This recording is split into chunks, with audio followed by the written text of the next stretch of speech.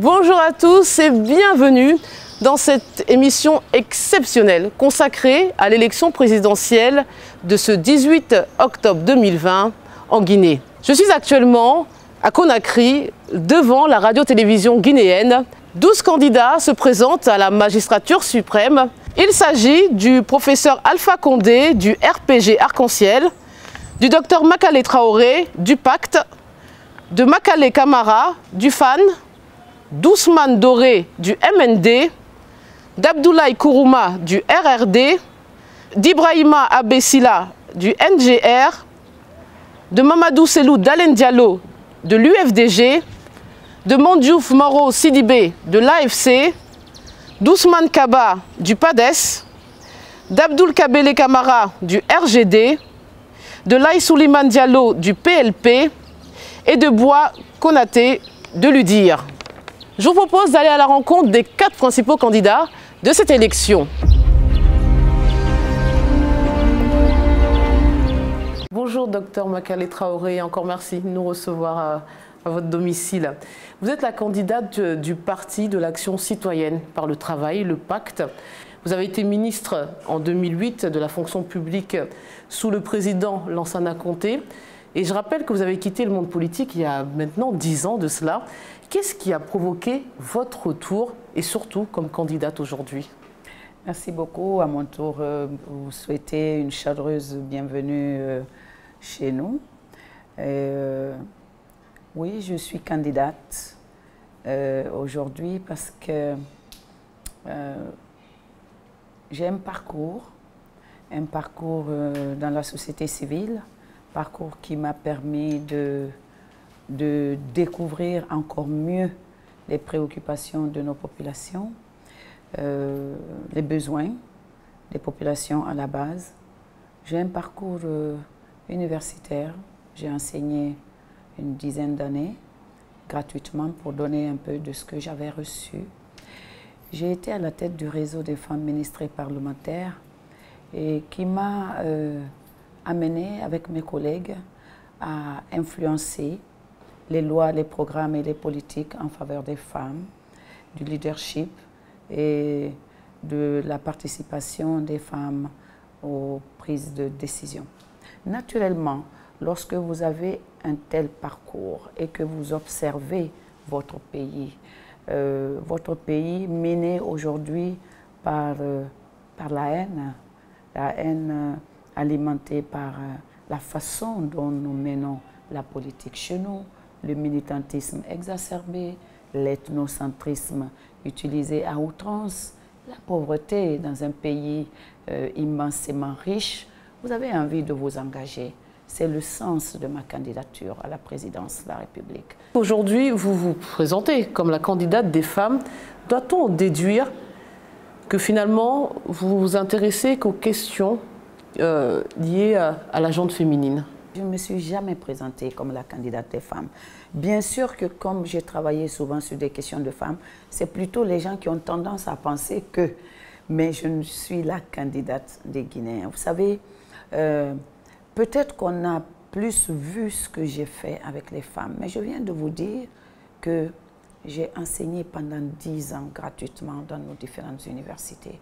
Étant du secteur privé, et comme j'avais une expérience dans l'enseignement supérieur en France, quand je suis rentrée dans mon pays, je me suis mise gratuitement à la disposition de... J'ai aujourd'hui 10 promotions que j'ai formées, qui sont des cadres supérieurs dans les ministères, dans les ambassades, etc.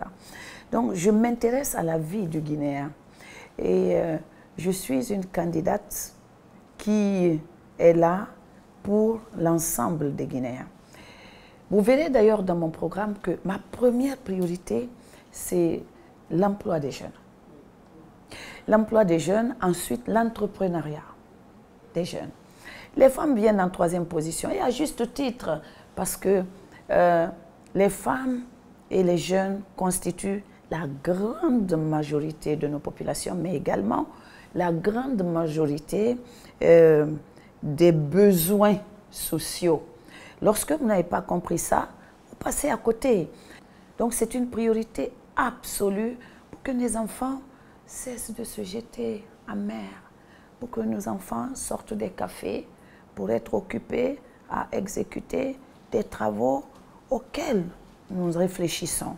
Vous avez élaboré un programme ambitieux, il faut le dire, hein, pour le peuple guinéen, axé sur 5 piliers. La création de 5 000 emplois en faveur de jeunes, dont vous venez de parler à l'instant. La mise en place d'un fonds de garantie pour les femmes, dont on parlait précédemment. Tripler le SMIC, hein. Vous avez aussi décidé d'augmenter la pension de retraite. Mais comment envisagez-vous de financer tous ces projets? Vous avez dit que j'ai mis un programme ambitieux. Si je n'ai pas d'ambition pour mon pays, ce n'est pas la peine que je sois candidate pour être présidente de ce pays. J'ai effectivement l'ambition de faire la promotion de l'égalité de chance. Parce que pour moi, ceci est important pour réduire le fossé entre les Guinéens. Vous en avez qui sont immensément riches. Vous en avez qui sont très, très pauvres. Mais vous savez, le budget guinéen, c'est un peu moins de 7 fois le budget de la Côte d'Ivoire. Parce que justement, pour un pays aussi riche, les revenus qui sont censés alimenter le budget ne sont pas là. Les revenus miniers, les revenus du qu'ils n'apparaissent pas dans le budget. Ils n'apparaissent pas dans le budget. C'est un scandale. Et une opacité sur ces sujets-là? Absolument. Donc on ne sait pas actuellement quel est le budget, le véritable budget de la Guinée. Le budget guinéen qui est présenté est grossièrement sous-évalué et n'est pas ambitieux. Mais excusez-moi, vous-même vous nous dites que finalement on ne connaît pas la véracité, la teneur du budget national.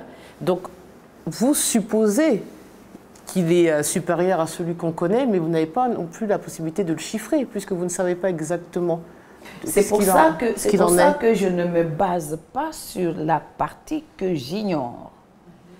Je fonde mon programme sur la partie que je connais. Je pense qu'une fois que je serai là, on ne pourra pas me cacher ce qui se passe en ce qui concerne la Guinée. Alors vous avez, il faut le rappeler, fortement contribué à la victoire d'Alpha Condé en 2010 en tant que directrice de campagne.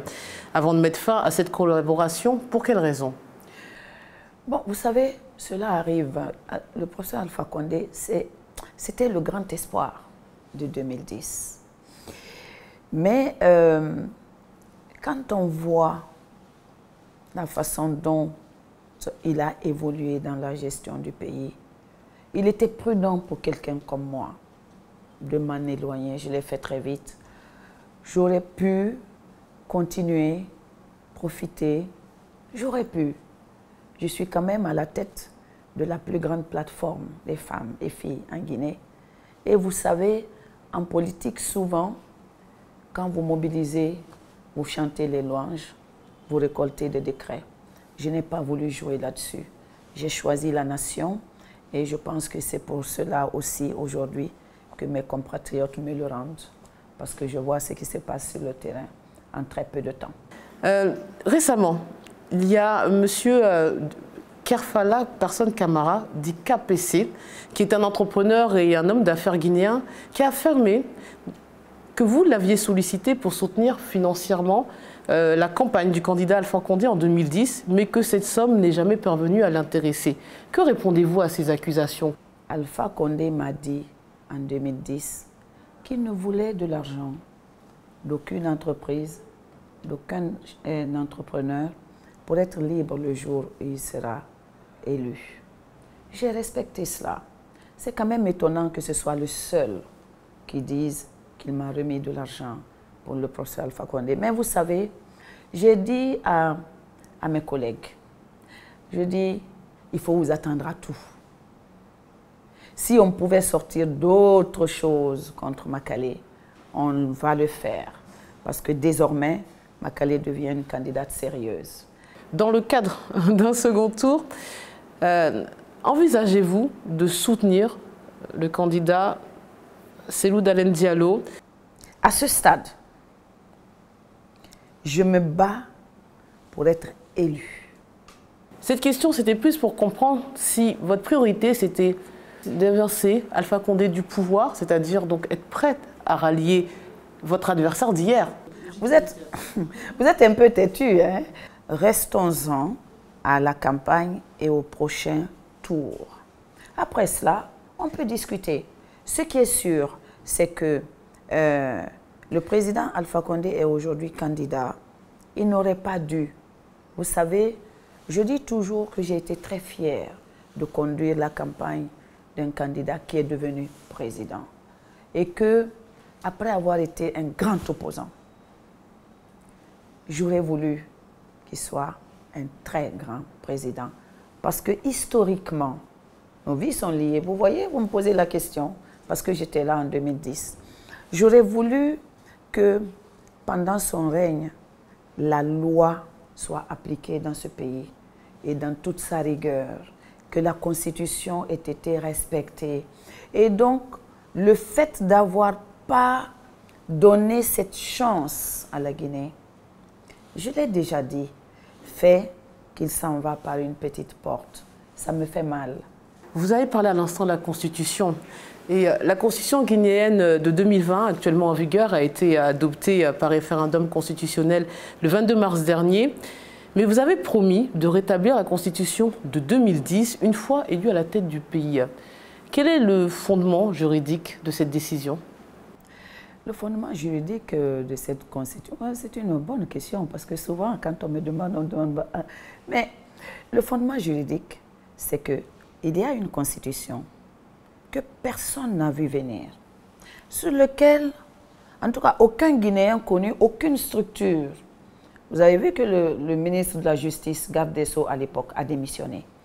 N'a vu venir une Constitution, on va à un référendum, des manifestations maousses contre cela, avec une répression inqualifiable. Cela voulait dire que les Guinéens n'en voulaient pas. Mais c'est passé en force. Mieux, le texte qui est promulgué est différent du texte qui est passé en référendum. Je suis juriste. C'est inédit dans l'histoire des écoles de droit. Et vous me demandez quel fondement. Mais pour moi, il n'a pas de fondement. Mais au-delà du fondement, il y a l'homme. Il y a l'être humain. Nous avons eu beaucoup de morts pour ça. Ma façon de rendre hommage à ces victimes, premièrement, c'est de revenir à cette Constitution. La deuxième chose, revenir à cette Constitution, je pense, va apaiser ce pays. Vous allez revenir à un mandat de 5 ans. Oui. Mais des fois, il nous faut du temps pour mener les choses à bout. Est-ce que vous n'allez pas tomber dans votre propre piège et vous dire il m'aurait fallu que 1 ou 2 années de plus? Je ne pense pas avoir ce virus-là. Si les Guinéens me font confiance, je partirai. On ne peut jamais finir de travailler. Et puis, quelle que soit la réflexion que je fais, je ne peux pas me dire que je suis indispensable. Ils sont au cimetière, les indispensables. Je ne suis pas indispensable. Et moi, la parole donnée en Afrique est extrêmement importante. Vous ne pouvez pas dire une chose et son contraire. D'ailleurs, vous serez dans vos petits souliers pour l'expliquer. Et ça, je ne veux pas avoir à vivre ça. Je pense à mes enfants, je pense à mes petits-enfants, je pense à mes compatriotes, je pense à tous ces Guinéens et Guinéennes qui me font confiance. Je veux que demain, après-demain, qu'ils soient fiers de moi. Merci beaucoup, Madame Docteur Makale Traoré, de nous avoir reçus. Docteur Ousmane Kaba, bonjour et merci de nous recevoir chez vous aujourd'hui. Écoutez, bonjour Fatim, je vous reçois avec beaucoup de plaisir parce que vous ne savez peut-être pas, mais j'ai commencé les études économiques en Côte d'Ivoire à l'université de Cocody, où j'ai de nombreux amis d'ailleurs, et c'est mon pays. Et je travaillais avec le président de Côte d'Ivoire à Washington, au Fonds monétaire international. Donc c'est la même chose pour moi que la Guinée. Nos pays sont liés, voilà, à travers vous. C'est un clin d'œil de nostalgie. Et tous ceux qui habitaient avec moi à la cité Mermoz, je leur dis bonjour. Le message est passé. Alors, vous êtes le premier à avoir annoncé votre candidature à l'élection présidentielle. Malgré le contexte controversé de l'époque, qu'est-ce qui a motivé votre décision? Écoutez, ça faisait plus d'1 an qu'on se battait dans la rue, dans le cadre du FNDC, Front National de Défense de la Constitution, contre même l'idée de 3e mandat. Et malheureusement, nous avions affaire à un gouvernement autiste. Et malgré que nous avons rassemblé des millions de Guinéens à chaque fois, on n'a pas abouti, puisque nous n'avons pas empêché la nouvelle constitution ni la nouvelle Assemblée nationale, avec tout ce que cela comporte comme dérapage, évidemment.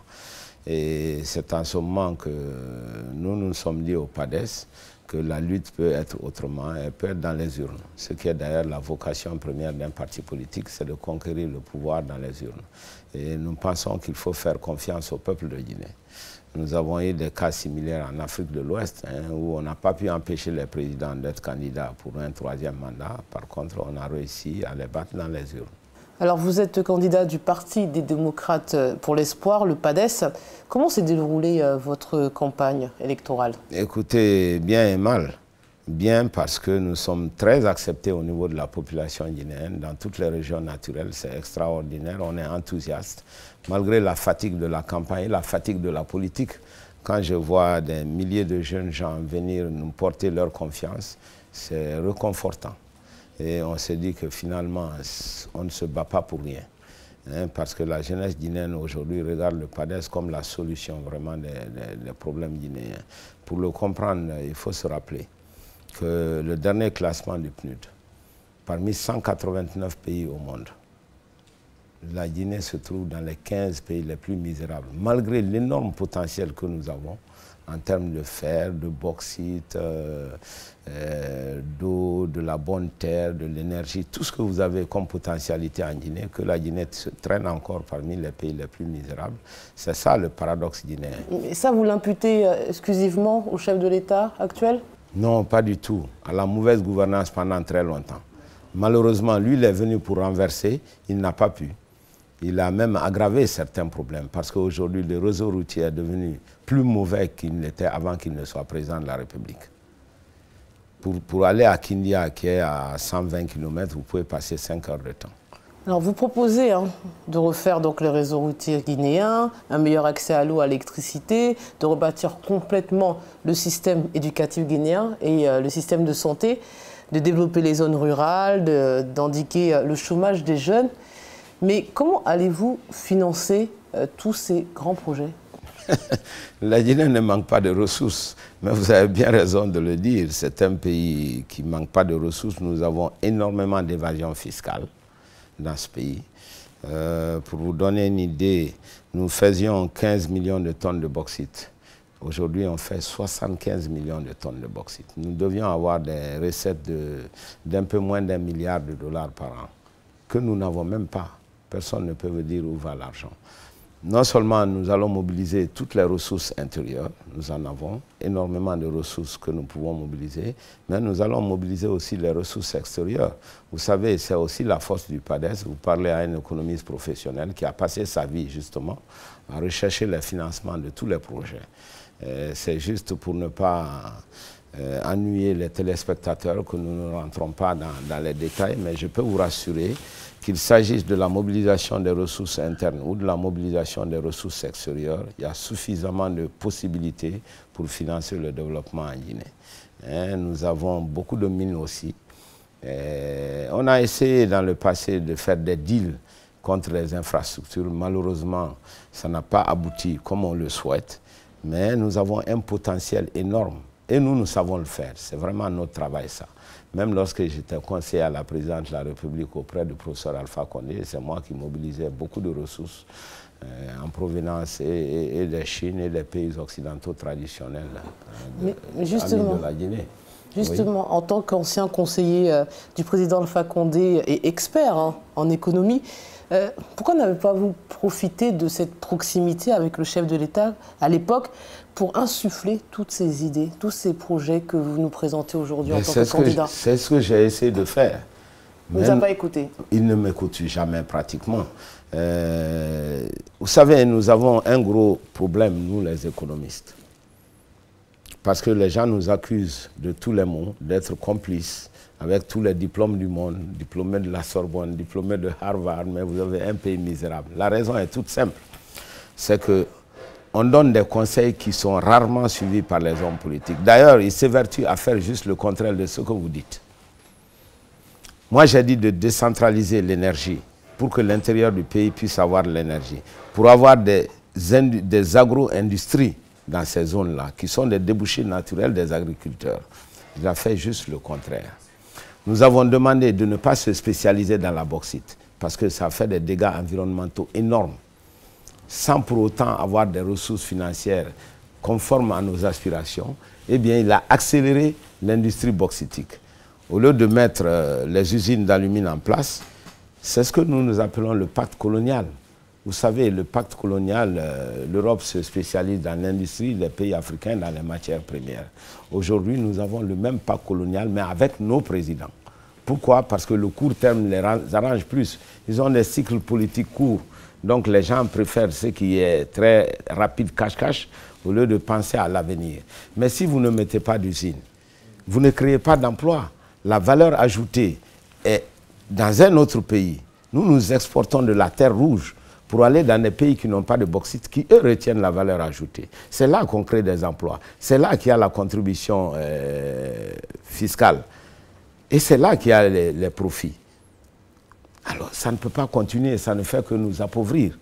Et c'est à cause de toutes ces divergences que nous décidons maintenant de faire de la politique et de vraiment changer le pays.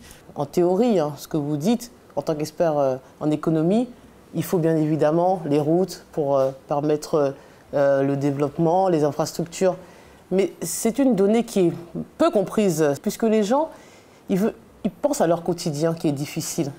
Ce que vous préparez, peut-être que c'est pour la génération d'après, mais ceux qui sont là actuellement, non, pas ils ne vont pas récolter les fruits dans l'immédiat. Non, non, non, non.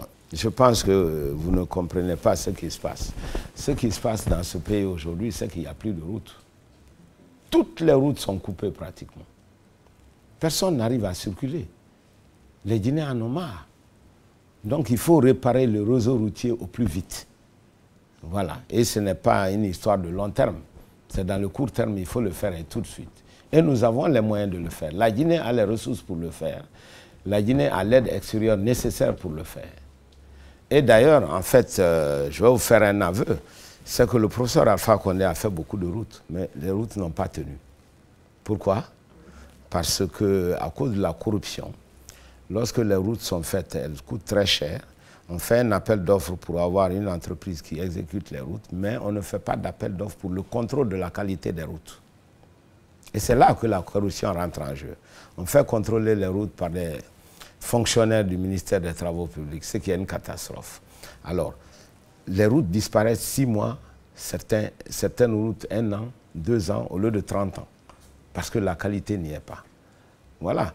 Donc, ce n'est pas que nous n'avons pas les moyens. En réalité, nous utilisons très mal nos moyens à cause de la corruption endémique et au fait que le chef de l'État, personnellement, ne suit pas.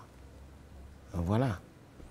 Et nous avons les moyens de le faire. Nous avons l'expertise pour le faire.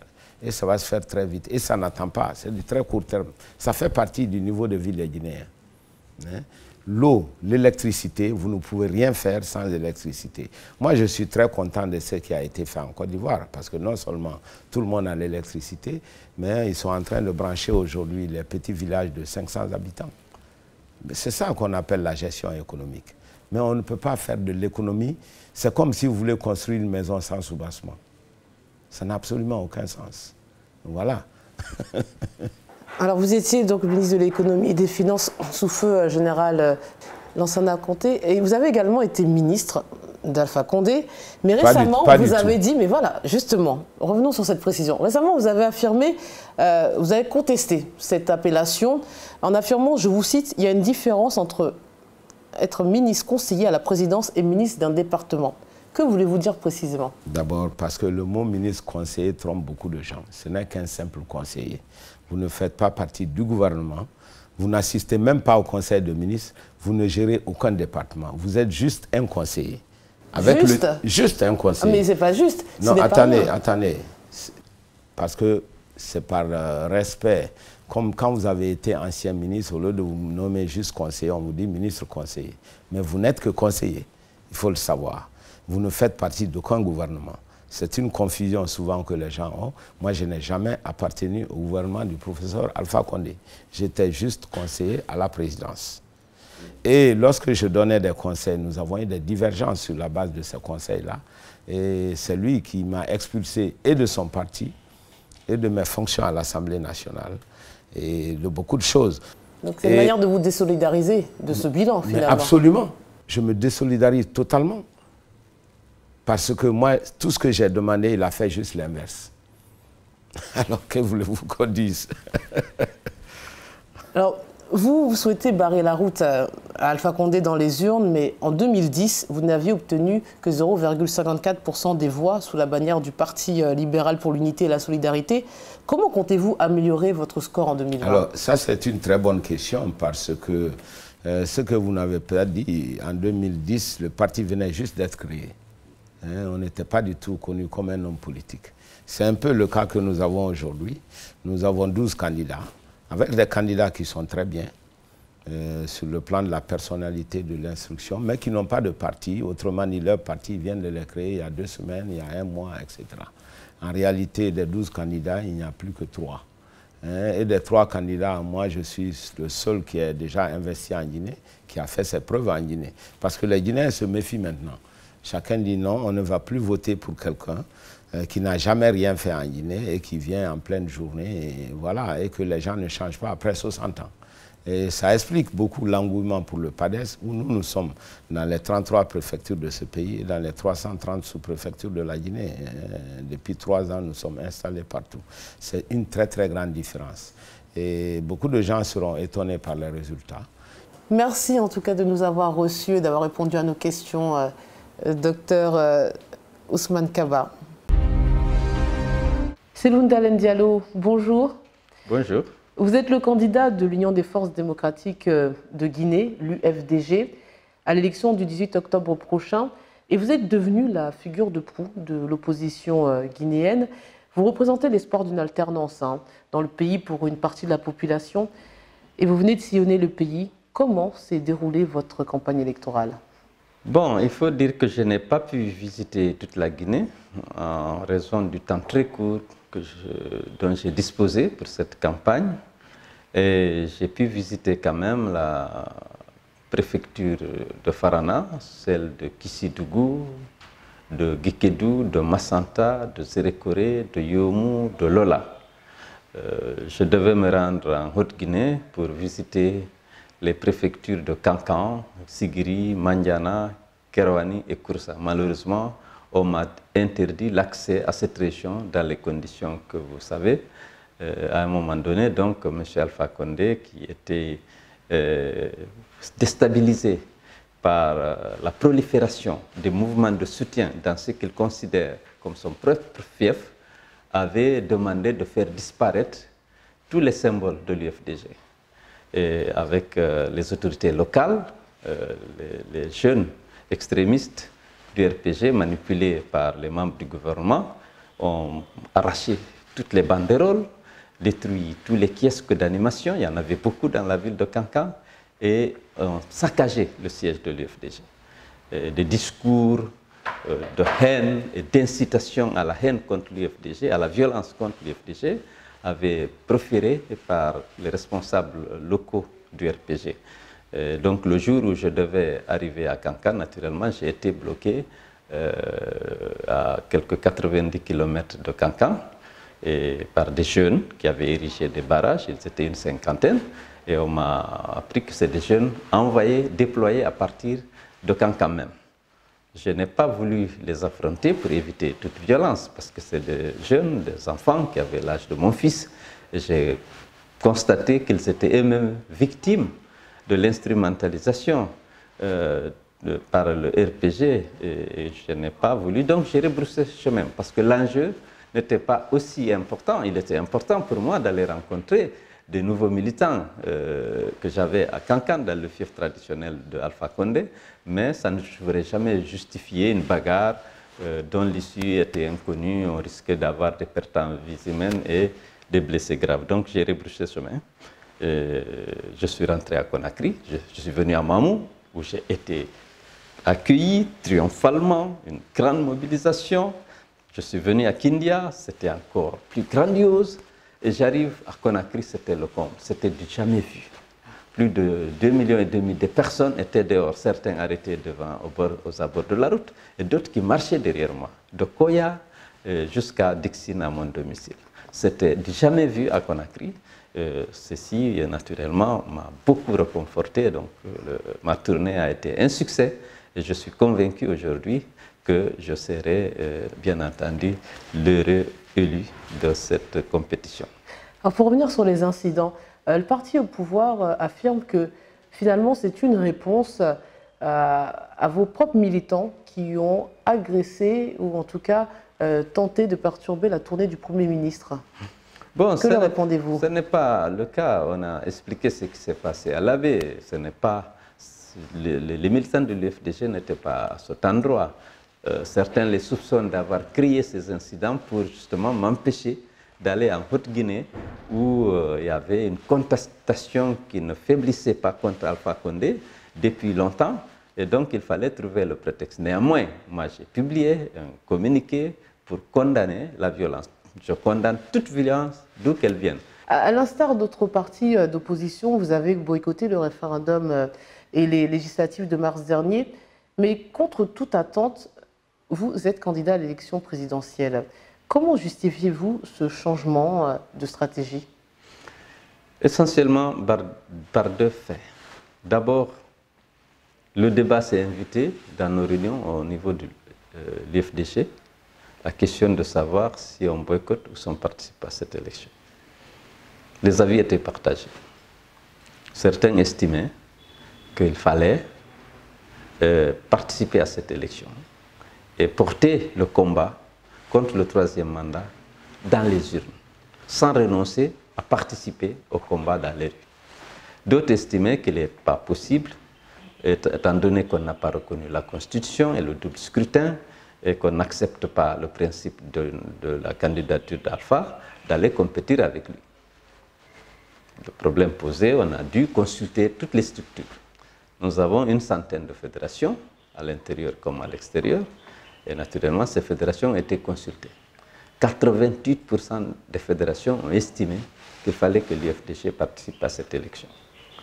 Bon, et à la réflexion, on s'est rendu compte qu'il n'était pas mauvais, étant donné que nous avons lutté pendant plus d'1 an pour empêcher Alpha Condé de se doter de cette constitution qui lui permet de briquer un troisième mandat, et que malgré tout, la constitution était là, même si elle n'a pas été approuvée par le peuple, ou même celle qui a été approuvée, ce n'est pas celle-là qui a été promulguée, mais bon, il fallait qu'on continue de lutter pour l'empêcher de s'octroyer cette présidence à vie. Et que c'était bon que l'UFDG, qui est la principale force politique du pays, s'engage dans ce combat-là, dans cette élection. Mais c'est évident, si les élections sont transparentes, il n'y a aucun doute que l'UFDG l'emportera. L'opposition vous reproche de crédibiliser la candidature d'Alpha Condé en participant à cette élection. En cas de défaite face au président sortant, quel sera finalement le fondement juridique de votre contestation? Les risques de défaite sont quasi nuls. Il n'y a pas de risque zéro. Mais compte tenu de ce que vous avez vu, c'est que nous observons l'engagement des citoyens guinéens à provoquer l'alternance et à voter pour moi, perceptible partout. Maintenant, si Alpha, comme d'habitude, essaye de voler cette élection, le peuple se mobilisera pour imposer la vérité des urnes. Mais vous, en tant que candidat, vous allez certainement contester, suivre différentes voies de recours, mais quel sera le fondement juridique de votre contestation? Non, c'est qu'on est aussi, on est allé aux élections. S'il y a une fraude, s'il y a une falsification ou une substitution de PV sur la centralisation et faussée dans ses principes et dans ses règles, naturellement, nous aurons des fondements pour protester et contester un résultat falsifié. Donc c'est sur la base de la tricherie, mais vous n'allez pas invoquer l'idée que cette élection était illégitime et illégale. Oui, vous savez, lorsqu'un militaire s'empare du pouvoir, décide de dissoudre l'Assemblée, de suspendre la Constitution, et qui envisage de créer et d'organiser une élection pour rendre le pouvoir aux civils, on participe. Il n'est pas là légalement. Alpha n'est pas là légalement comme candidat. Mais dès lors qu'on demande au peuple de choisir et qu'on est convaincu que le peuple ne peut plus choisir Alpha, il faut saisir cette opportunité. C'est ce que nous allons faire. Maintenant, il est vrai que l'élection, sur la base de la Constitution, là, n'est pas tout à fait légale. Mais c'est un moyen de rendre le pouvoir à quelqu'un qui va être choisi par la population. Justement, à contrario, si vous gagnez, comment allez-vous légitimer votre victoire à une élection dont vous contestez la légalité? Si je gagne, je dissous la Constitution. Je réactive la Constitution de 2010 et que je fais adopter par référendum par la population guinéenne. Le mandat est passé à 6 ans, oui, renouvelable une fois. Les pouvoirs du président sont peut-être plus étendus, mais qu'est-ce qui vous gêne, à part la candidature d'Alpha Condé dans cette nouvelle constitution? Je vous rappelle que la constitution de 2010, sur laquelle Alpha a juré 2 fois, qu'il s'est engagé à respecter, à faire respecter, ne prévoyait pas de disposition permettant son abrogation. Et comme le législateur avait pris soin de verrouiller les dispositions relatives au nombre et à la durée des mandats, en les rangeant dans les dispositions intangibles, comme la forme républicaine de l'État, la laïcité, la pluralité politique et syndicale, Alpha n'avait pas, dans un contexte de continuation de fonctionnement de l'État, la possibilité de changer toute la Constitution. Il pouvait proposer la révision des dispositions révisables, mais le mandat et la durée des mandats n'étaient pas révisables.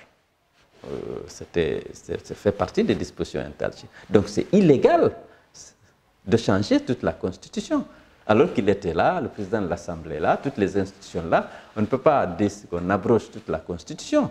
Ça ressemble à un purge. Cellou Dalein Diallo, votre pays a connu des violences liées aux tribulations politiques. Si vous êtes élu président de la République de Guinée, pourriez-vous envisager un gouvernement de coalition avec d'autres partis d'opposition et le parti au pouvoir? Oui, et bien entendu, j'ai déjà expliqué que compte tenu de la mission que je vais donner à mon gouvernement, celle d'abord de réconcilier tous les Guinéens, je vais constituer un gouvernement de large consensus. Je vais faire appel aux autres partis politiques, je vais faire appel aux autres organisations de la société civile représentative, à certains membres du FNDC, pour que nous puissions vraiment créer le cadre et le contexte d'une vraie réconciliation des Guinéens. Ça, je peux vous l'assurer. Donc, certains membres du parti au pouvoir peuvent envisager d'intégrer votre gouvernement? Le parti au pouvoir, je ne sais pas. Peut-être certains cadres du parti au pouvoir qui ont fait moins de zèle dans la répression, dans la violation des lois de la République. Pourquoi pas, s'il y a des talents, des compétences, décider à se joindre à nous pour favoriser une réconciliation rapide et pour mettre en œuvre les réformes indispensables pour engager la Guinée sur la voie du progrès et dans le respect, naturellement, des droits humains et pour instaurer l'état de droit et une démocratie apaisée. Alors, durant votre longue carrière politique, vous avez essuyé beaucoup de coups, vous avez même été grièvement blessé. D'où vient cette détermination? Qu'est-ce qui vous motive encore à rester dans l'arène politique? Je suis très sensible à l'injustice. J'ai envie de sortir mon pays, la Guinée, de ce cercle vicieux, misère, enfin de ces fléaux que l'on constate. Il y a la misère, le pays est énormément riche, nous sommes assis sur des richesses énormes et vous avez plus de 50% de la population qui vit en dessous du seuil de pauvreté. Vous avez des infrastructures dans un état vraiment complètement détérioré. Vous avez une division des ethnies. On a incité les gens à haïr les autres, à les stigmatiser, à les exclure. Il faut mettre fin à ça. et créer, comme je l'ai dit, une république de citoyens qui respectera naturellement la diversité culturelle et linguistique, mais qui constitue à mes yeux une richesse et non un handicap pour affronter les défis du développement. Alors, vous avez effectué récemment une tournée internationale pour rencontrer la diaspora guinéenne. Avez-vous sollicité à cette occasion l'aide de certains pays visités? Non, j'ai sollicité l'aide de mes militants. Et vous avez 80% de la diaspora pratiquement qui milite au sein de l'UFDG et elle contribue généreusement au fonctionnement du parti et à notre budget de campagne. Donc vous n'avez pas visité les chancelleries, comme on dit, étrangères, pour chercher un soutien? Non, un soutien, oui, un soutien. Je demande un soutien à la démocratie, un soutien à l'état de droit, un soutien à la protection des droits humains. C'est évident que lorsque je rencontre les organisations internationales, les États aussi bien de la CEDEAO que les États européens et américains ou leurs représentants, j'attire leur attention sur la violation récurrente des droits humains, sur la violation de nos lois. Ma dernière question portera sur le soutien supposé ou effectif des puissances occidentales pour être élues en Afrique. Diriez-vous que c'est de la politique fiction? Non, pas tout à fait. Ça dépend des régimes, parce que ça dépend aussi en Europe des relations que les uns et les autres ont eues avec les dirigeants européens qui sont des hommes. Alors, vous avez l'intérêt de la France qui se confond parfois à l'intérêt des entreprises françaises. Il y a les affinités politiques et idéologiques. Vous avez les gens de l'international socialiste qui essaient de se soutenir. Vous avez peut-être les gens de l'international libéral, dont je suis vice-président, mais bon, il n'y a pas ce genre de soutien qu'on retrouve au niveau de l'international socialiste, mais il y a des intérêts et des affinités qui peuvent justifier que la France, à travers ses dirigeants, pour défendre encore soit ses intérêts, par solidarité idéologique ou politique, soutiennent des leaders africains. Est-ce votre cas? Non, ce n'est pas mon cas. J'ai été plus victime de ça à un moment donné. Cellou Dalein Diallo, merci de nous avoir reçus et d'avoir répondu à nos questions. Merci madame de m'avoir donné l'opportunité à m'adresser à vos téléspectateurs, ivoiriens d'abord, mais beaucoup d'Africains sont abonnés à votre chaîne. Merci. Merci encore. Monsieur le Premier ministre, bonjour. Monsieur Ibrahima Kassori Fofana, vous êtes le directeur de campagne pour le parti au pouvoir, le candidat Alpha Condé. Comment s'est déroulée cette campagne électorale? Écoutez, c'est une campagne très animée, très active. Nous croyons à nos chances, les adversaires croient à l'alternance. C'est cela la démocratie. Mais globalement, ça s'est bien passé. Vous avez eu quelques incidents à l'intérieur du pays. Nous avons vu le Cellou Dalein Diallo qui affirme que finalement ce ne sont pas ses militants mais les vôtres qui avaient orchestré tout ça. Que répondez-vous à... Non, écoutez, c'est ridicule. Tous les Guinéens savent que ce n'est pas vrai, y compris lui, M. Cellou. J'ai été agressé dans son fief et les autorités là-bas ont pointé le doigt sur lui et se sont partis. À deux endroits, à Labé, sa ville natale, et à Dalaba, n'est-ce pas? À Labé, je venais de réussir un très grand meeting. Je crois que ça a choqué un peu nos adversaires. Ils ont organisé la jetée de pierres sur mon cortège. Ils ont cassé quelques véhicules. À Dalaba, qui est loin de Labé, alors là, c'était comme une guérilla. Ils ont carrément bloqué, je ne peux pas accéder à la ville. Comment, si c'est nous qui organisons, ce n'est pas notre région, ce n'est simplement pas possible. Non, ce n'est pas possible. Donc vous réfutez toutes ces accusations? Non, mais c'est encore une fois, ce n'est simplement pas possible que ça a été organisé par nous. Alors après 10 ans à la tête de l'État guinéen, quel est le bilan de la politique économique et sociale au profit des Guinéens de votre candidat? Écoutez, sur le plan économique, je donnerai juste quelques éléments. Quand mon candidat prenait le pays, on était dans le creux de la vague, avec un pays surendetté, 79%, l'endettement du pays était de l'ordre de 79% du PIB. Il l'a ramené aujourd'hui en dessous de 40%. Très peu de pays dans la région ou en Afrique peuvent avoir la prétention d'avoir réussi un tel pari.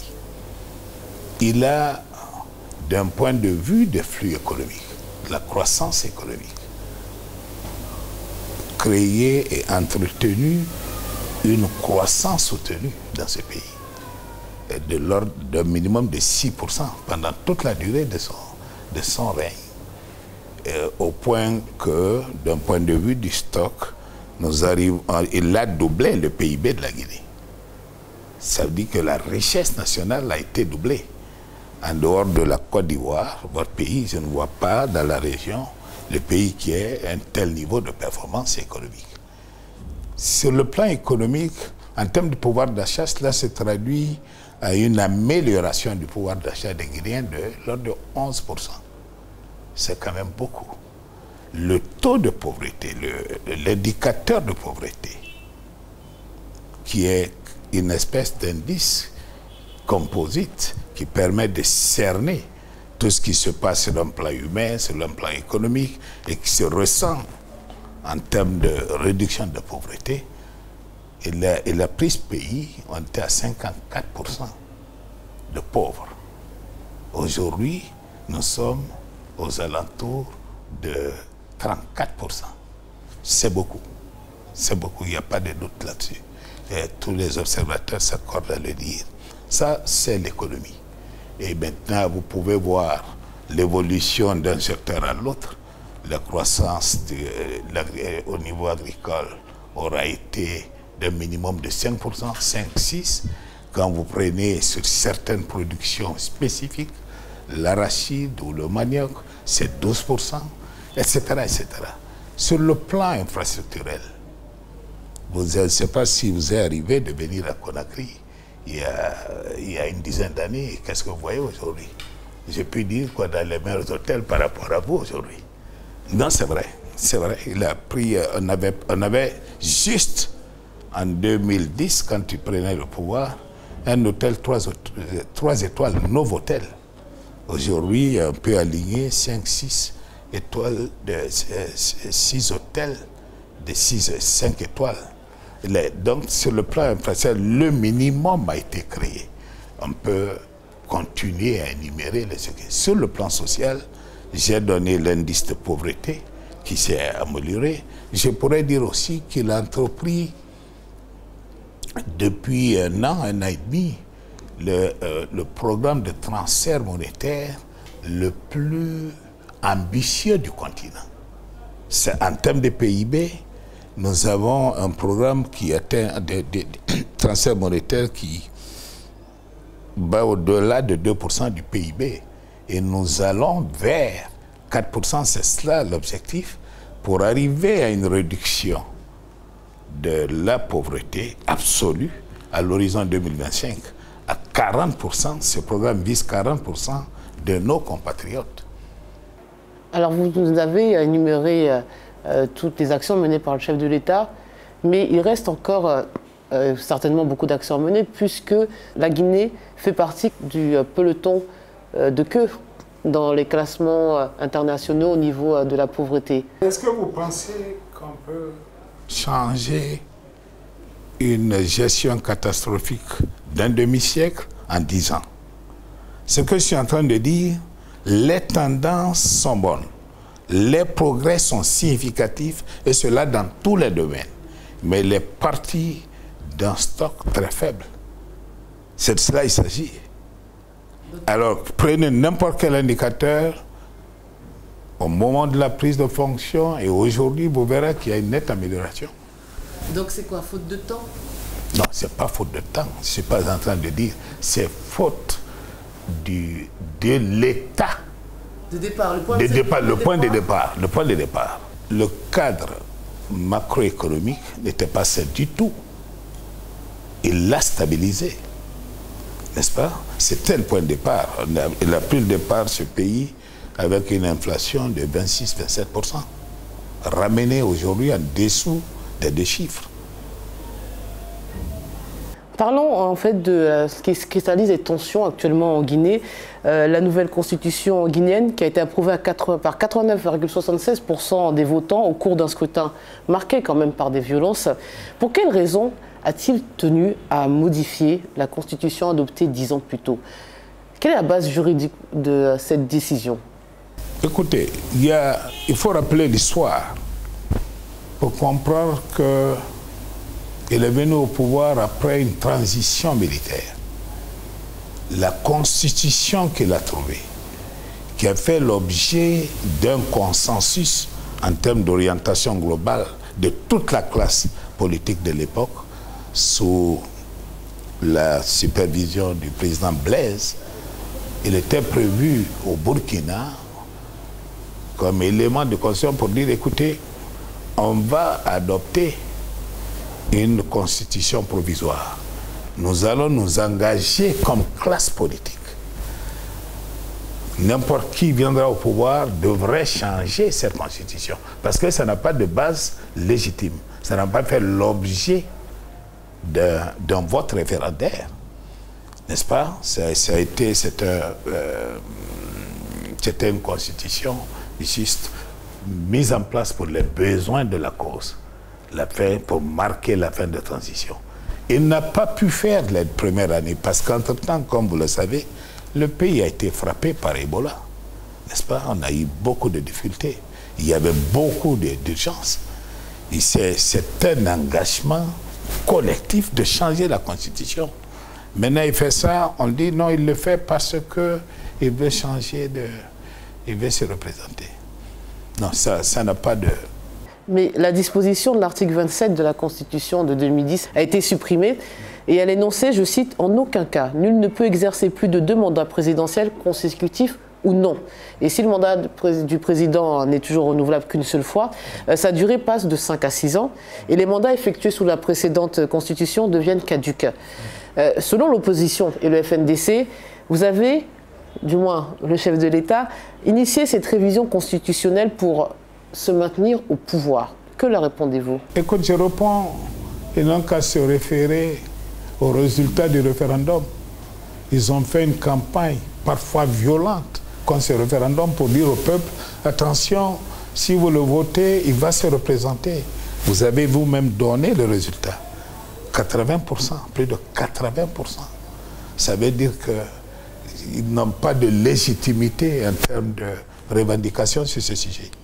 Le peuple a tranché. Pour mettre fin à ces tensions, à ces tribulations politiques et cette violence, est-ce que le chef de l'État, le président de la République, Alpha Condé, pourrait envisager de former un gouvernement de coalition s'il est réélu? Je ne sais pas quel est le nom que vous allez donner, mais je peux vous dire une chose. Il est ouvert. Il reste ouvert, moi qui vous parle. Après, j'étais candidat en 2010. Après, on s'est séparés. J'étais dans l'opposition. Il m'a fait appel de l'opposition pour pouvoir travailler avec lui. Et vous avez plusieurs personnes de ce cas. Ça veut dire qu'il a une politique de main ouverte. Il n'est pas, je ne pense pas qu'il soit absolument ferme sur l'idée de ne pas ouvrir. Il veut rassembler tous les Guinéens. C'est pour cela que vous observerez que autour de lui, il y a plus de monde dans la classe politique que chez les adversaires. C'est clair. Et son opposant historique, il serait-il prêt à aller jusqu'à prendre des membres du parti de Cellou Dalein Diallo? Oui, pourquoi pas. Il le ferait. Il l'a fait déjà. Les membres du parti, les principaux, le porte-parole des membres du parti de M. Diallo est aujourd'hui ministre d'État en charge du secteur des transports. N'est-ce pas? Donc il l'a déjà fait. Et un autre, M. Mokhtar Diallo, un des membres actifs de son parti, est également ministre dans l'équipe d'Alpha Condé. Maintenant, si votre question est de dire est-ce qu'il est prêt à prendre le Diallo, je ne sais pas. Les deux pourraient en discuter. En fait, comme il ne veut pas en fait, même prononcer son nom, on se demande si finalement, au-delà des convictions... Qui ne veut pas... Le président Alpha Condé... Non, c'est pas vrai. Il a dit, par exemple, dans la campagne, Écoutez, si vous votez pour quelqu'un d'autre, c'est pour renforcer ses loups. Ça veut dire qu'il n'a pas de problème à prononcer son nom. On a l'impression parfois qu'on a assisté à un duel de personnes. Au-delà des convictions, au-delà des... Écoutez, c'est normal parce que, écoutez, M. Diallo a la frustration légitime d'avoir perdu l'opportunité en 2010 d'être président après un premier tour de 44%. Après, il a été battu en brèche, malgré 44% au premier. Mais comment vous expliquez cette remontada du président? Comment? Comment en 2010 vous expliquez cette remontada du président? Passer de 18%? Écoutez, ça n'a jamais été vu dans les annales. Je vais vous amuser. Je me souviens à l'époque, parce qu'encore une fois, j'étais candidat. M. Alpha Condé a fait preuve d'art politique pour pouvoir prendre tout le monde avec lui après le premier tour. Malgré qu'il était à 18%, l'autre à 44%, il a eu beaucoup plus d'habilité à nous attirer tous dans son camp. Et le résultat, on l'a battu. Sur ces 44, je me souviens derrière, sur les pancartes, après le premier tour, M. Diallo écrivait « Nous sommes rassurés ». Parce qu'ils se disent rassurés de 44% et puis avec un ou deux candidats du premier tour, ils font une addition théorique, disent nous serons à 60% dès le deuxième tour. Et le résultat a été totalement différent. Alors comment se sent le chef de l'État à quelques heures? Écoutez, il est très serein. Même ce matin, j'ai parlé avec lui, on a parlé d'autres choses, des choses de la vie, même pas de politique, il est serein. Il m'a demandé, en tant que directeur de campagne, de faire la campagne. Il n'est venu là-dedans parce que nos adversaires ont dit ah, il est malade, il est mourant, il ne peut pas faire une campagne. C'est pour ça que la dernière semaine, il dit bon, écoutez, je vais donner la démonstration. Parce que ces militants étaient inquiets. C'est par réaction? Oui, c'est par réaction par rapport à ces militants. Ces militants étaient inquiets. L'opposition disait qu'il n'était pas capable physiquement de tenir une campagne. Mais il a quand même 82 ans. Ben, écoutez, il est plus en forme que vous et moi. J'ai pu vous garantir. Donc il n'a pas de problème de santé, comme on l'a entendu dire? Pas du tout. Finalement, si le chef de l'État est réélu, doit-on envisager qu'il reste au pouvoir pour 12 ans? Écoutez, comme la nouvelle constitution lui permet? Il y a 2 ou 3 dimensions. La première dimension, c'est l'aspect légal. Il pourrait se représenter. La deuxième dimension, c'est la volonté divine. Dieu pourrait décider autrement. La troisième dimension, c'est sa volonté personnelle. Pour dire ça suffit, je ne me représente pas. Alors laissons le temps au temps. Dernière question, Monsieur le Premier ministre. Si le chef de l'État, finalement, ne gagnait pas cette élection, accepterait-il sa défaite? C'est un démocrate. Il n'a aucun problème avec ça. Je dois rappeler que aux élections en 2001, il avait, semble-t-il, gagné, selon tous les témoignages. Mais le pouvoir de l'époque a triché. Il a pris son mal en patience parce qu'il ne voulait pas que le pays rentre en guerre. Alors, il a appliqué ça à ce moment-là. Il n'était pas au pouvoir. Il a accepté la défaite. Une défaite trichée.